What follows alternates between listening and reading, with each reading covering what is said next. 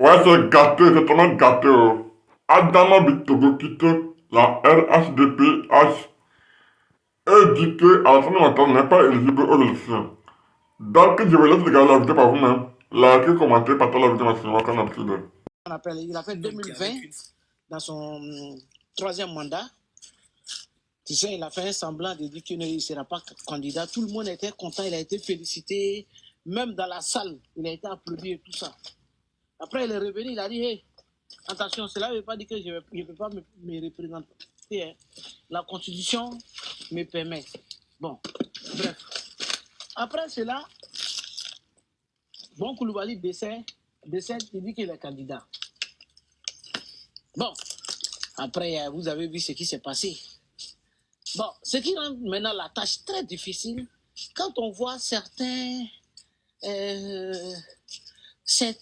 qui se proclament pro-Gbagbo, etc., ils aident Ouattara pour rester au pouvoir parce que tu nous as parlé de nos parents, etc. Mais quand nous-mêmes, nos parents là même nous appellent pour dire, bon, vous voyez, ce que ceux-là disent, non? Ils disent que s'ils viennent au pouvoir là, ils vont se venger de nous. Ils vont nous faire ceci, ils vont nous faire cela. Donc, Ouattara avec son plan Machiavel, il a fait de telle sorte que pour mettre la peur dans la tête des Ivoiriens, pour effrayer les gens. C'est-à-dire 1, 2, 3 prisons. 1, 2, 3 prisons pour t'effrayer. Il nous effraie, nous tous. Maintenant, si vous venez l'accompagner dans ça, vous effrayez les gens. Vous dites que vous, si on vient au pouvoir, là, on va vous dire à vous tous, on va faire ceci, on va faire cela. Mais Gbagbo n'est pas, le président Gbagbo, on a vu le président Gbagbo, il n'a pas un esprit revanchant. Le président Gbagbo, ce n'est pas son idéologie qui est là. Mais les gens, ils font quoi? Ils sont payés. Ils sont payés, bien sûr, par le RHDP. Oui, ils sont payés par le RHDP pour faire ce boulot. Et ils se font passer par les pro-Gbagbo. Et effectivement, c'était des pro-Gbagbo. Hein. À l'époque, on les voyait partout dans les vidéos, etc. Ils se programment pro-Gbagbo. Mais, on va en 2025 là. Ce n'est plus Gbagbo revient au pouvoir. Hein. Tu dis que tu es pro-Gbagbo. Ce n'est pas que ton candidat, ton mentor vient au pouvoir. Hein. Tu ne te bats pas pour ça. Tu te bats maintenant pour éloigner ton candidat ou ton mentor du pouvoir. Parce qu'en faisant ça, mais les gens vont faire bloc autour de Ouattara. Nous, on ne pourra rien faire. Quand l'imam même va là, et puis l'imam va au dîner, il dit ceci, faisons bloc derrière Ouattara.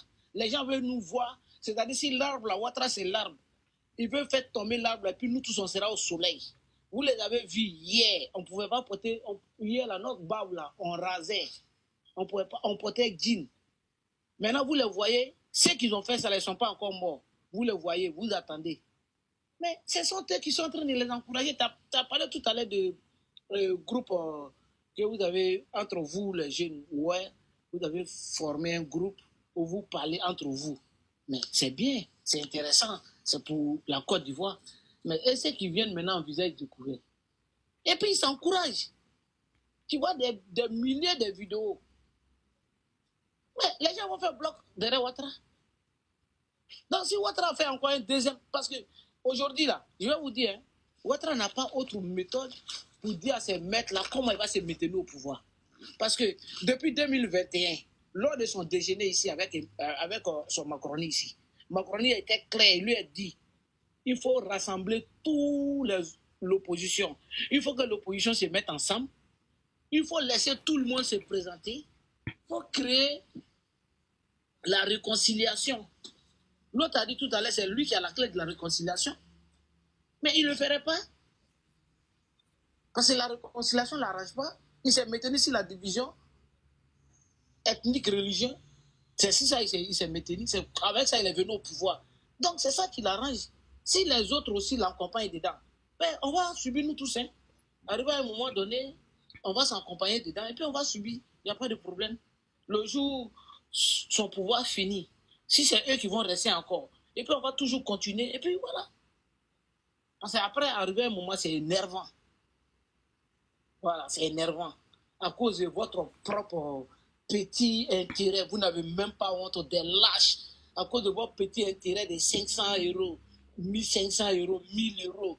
Et puis vous êtes là, oui, parce que vous vivez en France bien, vous vivez en Angleterre bien, oui, vous vivez, je ne sais pas où, bien. Ouais, il n'y a pas de problème. Maintenant, nos pauvres parents qui souffrent aujourd'hui, qui n'arrivent même pas. J'ai demandé hier à un jeune si un panel là. Je lui ai demandé si panel de souliers. Il dit, il a checké, le garba ça coûte combien? J'ai fait exprès. Il me dit aujourd'hui, pour bien manger un bon garba là, bien là, il faut 1000 francs. Je lui ai dit, mais dans le temps de Babou là, malgré il y avait la guerre là, le pays était divisé par deux là. Nous là, manger garba 100 francs, 150 là, c'est bien. Tu payes que manger et tout ça là. Mais aujourd'hui, si c'est à 1000 francs, c'est grave. On gagne combien? Aujourd'hui, la mettre à 2000 francs matin en Côte d'Ivoire. Même si tu envoies l'argent, même tu donnes 10 000 francs à quelqu'un, la personne est contente. Bon, s'il va enlever 1000 francs dedans pour manger simple garba, vous voyez ce que ça donne? Maintenant, comme vous êtes couché sur vos deux pieds ici, sur votre deux totolos ici, sur votre, je ne sais pas, excusez-moi de nom, hein, votre deux testicules là, vous êtes bien. Et c'est vous maintenant, parce que le RASDP, les AMS là, vous payent.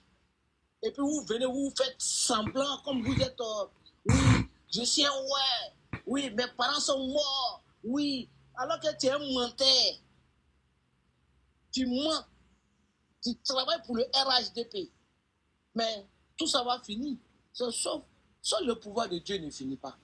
Si on se met ensemble et qu'on se concentre bien, 2025 là, Ouattara déjà, comme quelqu'un l'a dit, il est fatigué. Ça là, ça c'est la loi de la nature. Lui-même, il est fatigué. C'est pas parce qu'il ne veut pas, hein. Il veut, mais il ne peut pas. C'est comme, tu prends Ronaldo, il est assis à la tribune, il voit. Il regarde le match, il sait comment faire, mais il ne peut pas. On lui dit, bon, tiens, porte maillot, il ne peut pas tenir 5 minutes. C'est dans ça Ouattara est aujourd'hui. Mais comme ces gens qui sont autour de lui, ils sont incapables, bien sûr, tellement ils ont volé. Mais ils sont obligés de le pousser. C'est comme vous avez vu tous ces dictateurs. Il y a un dictateur qui vient de tomber, qui est Bachar Assad, là, qui est en Syrie. Lui vient de tomber. Est-ce que quand il est parti, là, il est parti avec sa famille, hein? Ses véhicules, ses ministres, etc. Tous ceux qui faisaient les conneries à son nom, là, tous sont restés. En ce moment, ils sont en prison. Les gens qui les avaient jetés en prison pendant 40 ans, d'autres étaient en prison. Il y a un vieux qui sort de la prison. Ça lui fait 43 ans en prison. Depuis le temps de son père, là, le gars, ils l'ont pris. Ils l'ont mis dans un grotte là-bas.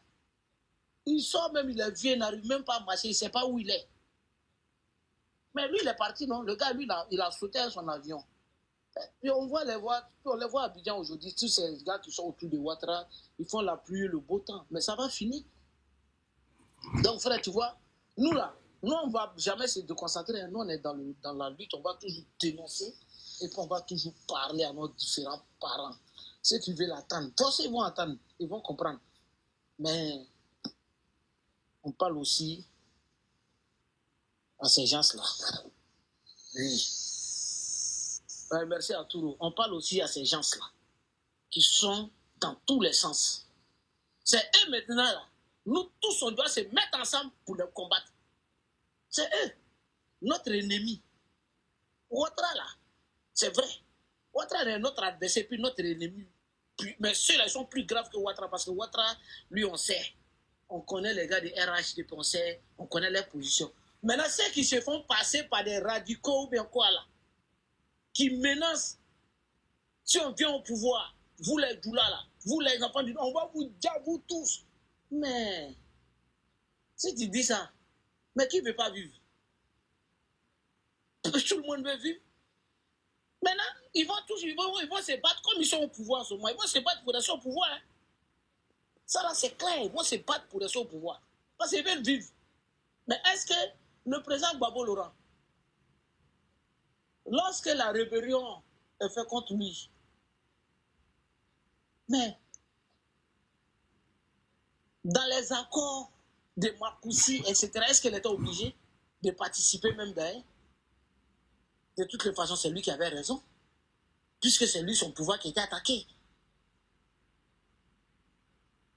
C'est lui il a été voté en 2000. Officiellement président de la République de Côte d'Ivoire. Mais il allait Les propositions, il a accepté. Le président Guillaume Soro lui-même, là, il y a des gens aujourd'hui qui sautent, parce que le RHDP a pris tout le temps. Leur adversaire aujourd'hui, le RHDP unifié, je ne précise pas le RHDP groupement, il ne faut pas y mélanger. Le RHDP unifié, ils ont pris tout le temps pour combattre le président Guillaume Soro. Tout le temps, c'est Guillaume Soro. Maintenant, ils n'ont pas d'autre adversaire, c'est le président Guillaume Soro. Donc, ils payent ces gens-là, des vieillards qui sont couchés en Angleterre, 500 €. Lui, j'ai ses vocaux ici avec certains cadres de RHDP. Au moment où il faisait des vidéos pour insulter le président Gbagbo Laurent, déjà il était payé. Il y a d'autres là qui sont en France ici. Au moment où il faisait les vidéos pour insulter le président Guillaume Soro, ils étaient complices avec les leaders pour insulter le président Gbagbo Laurent.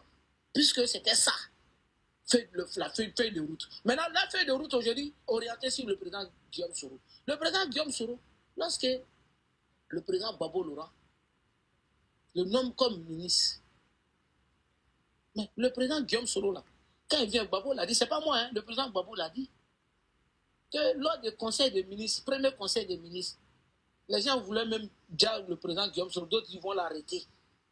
Il a dit, mais il y a quoi? C'est mon pouvoir. On dit non, il a demandé il y a quoi? Il dit non, le président, il a pris les armes contre ton pouvoir. Il dit, mais c'est quoi? C'est mon pouvoir, non? Laissez-le. Mais s'il ne voulait pas la paix, là, celui-même qui était le porte-parole de la rébellion, qui était le secrétaire général de la rébellion, lui, il est là dans sa main. Il le prend.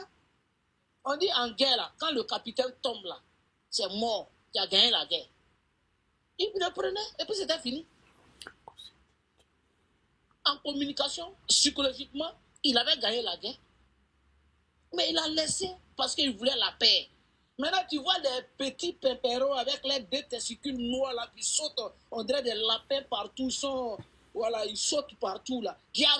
On va le faire comme ça. Mais c'est de cool. Vous là. Et puis, moi, je vous donne, continuez, je vous donne jusqu'à la fin de ce mois là. Vous n'allez plus faire vidéo, même panel, parce que je vais vous exposer. J'ai tous les éléments, j'ai dit ça sur tous les panels. J'ai tous les éléments à ma position. J'ai tout, c'est-à-dire les conversations, les vocaux. J'ai tout ici. Et puis je vais dire, là maintenant, on va voir si vous êtes vraiment des pro-Gbagbo ou pas. Si le président Gbagbo Laurent, il devait s'évangéliser, le président Guillaume Soro a dit ceci, que si RFI, il attaque le président Gbagbo, Gbagbo, roubla, Gbagbo ceci. Et puis ils vont au conseil des ministres, le président Gbagbo lui dit, ça va? Comment tu vas? Et puis ils font le conseil des ministres. Il est premier ministre, hein. Ils font le conseil des ministres. Mais il est en Côte d'Ivoire. Il est à Abidjan. Le président Gbagbo, là, il était au pouvoir. Hein. Il n'a pas arrêté. Et le président Guillaume Soro était. Tous les Ouattao, là, vous ne l'avez pas vu. Mais si les gens reviennent toujours avec les mêmes chansons, oui, avec les mêmes chansons, vous allez remarquer, vous qui faisiez le tour des panels, vous n'allez plus voir. Regardez très bien.